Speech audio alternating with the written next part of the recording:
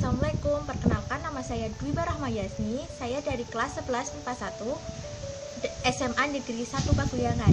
Di sini saya akan menyelesaikan tugas PKWU dari Ibu Novi, yaitu menjelaskan peta konsep dari bab wirausaha kerajinan dari bahan limbah berbentuk bangun ruang.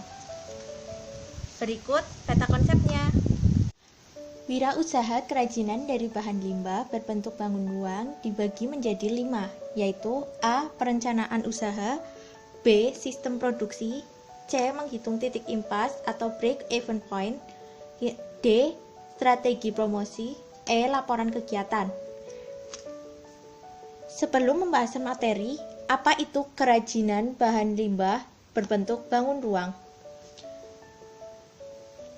Kerajinan dari bahan limbah berbentuk bangun ruang adalah limbah yang memiliki bentuk bangun dengan berdimensi 3, yaitu memiliki volume atau ruang. Di video kali ini saya hanya akan menjelaskan bagian A saja, yaitu perencanaan usaha kegiatan dari bahan limbah berbentuk bangun ruang.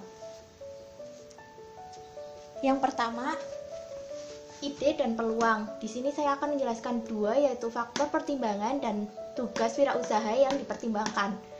Yang kedua, sumber daya. Di sumber daya ini saya akan menjelaskan hanya 1, yaitu faktor sumber daya. Yang ketiga, perencanaan administrasi. Saya akan menjelaskan hanya aspek penting perencanaan. Yang keempat, perencanaan pemasaran. Saya akan menjelaskan 2 di perencanaan pemasaran ini, yaitu 3 elemen penting dari sasaran atau target. Yang kedua, 6 kegiatan dan rencana pemasaran. Di ide dan peluang ada faktor pertimbangan, yaitu pertama, faktor keuntungan, 2, faktor penguasaan teknis, 3, pemasaran, 4, bahan baku, 5, tenaga kerja, 6, modal, 7, resiko, 8, persaingan, 9, fasilitas dan kemudahan, yang terakhir, manajemen. Lalu, adapun tugas wirausaha yang harus dipertimbangkan, yaitu 1, jenis usaha sesuai hasrat dan minat. Yang kedua, membawa keuntungan. Yang ketiga, yang mudah dikerjakan. Yang keempat, produknya disenangi dan dibutuhkan oleh konsumen. Yang kelima, bahan baku mudah didapat. Yang keenam, mendapat dukungan dan perlindungan dari pemerintah. Kita lanjut ke sumber daya. Di sini saya akan menjelaskan faktor sumber daya. Yang pertama, faktor manusia. Yang kedua, faktor keuangan. Yang ketiga, faktor organisasi. Yang keempat, perencanaan. Yang kelima, mengatur usaha. Yang keenam, pemasaran. Dan yang terakhir, faktor administrasi. Kita lanjut ke yang ketiga, perencanaan administrasi. Di sini saya akan menjelaskan aspek penting perencanaan. Yang pertama, yaitu mengurus izin usaha. Yang kedua, penetapan besarnya retribusi. Yang ketiga, SIUP atau surat izin usaha perdagangan. Yang keempat, pengurusan pajak. Yang kelima, membuka rekening bank.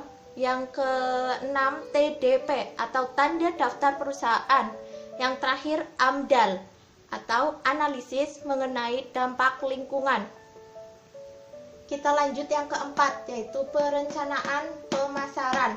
Yang pertama, 3 elemen penting dari sasaran, yaitu pembentukan merek atau branding. Yang kedua, layanan konsumen atau komunikasi dan informasi kepada konsumen. Yang ketiga, menciptakan kesetiaan pelanggan. Kita lanjut yang terakhir, yaitu 6 kegiatan dan rencana pemasaran. Yang pertama, penjualan personal atau personal selling. Yang kedua, iklan. Yang ketiga, promosi penjualan. Yang keempat, publikasi. Yang kelima, sponsorship. Yang keenam, komunikasi di tempat konsumen atau pin of purchase. Yang terakhir, komunikasi dengan tujuan untuk memengaruhi. Sekian penjelasan dari saya. Kurang lebihnya mohon maaf. Billahi taufiq wal hidayah. Wassalamualaikum warahmatullahi wabarakatuh.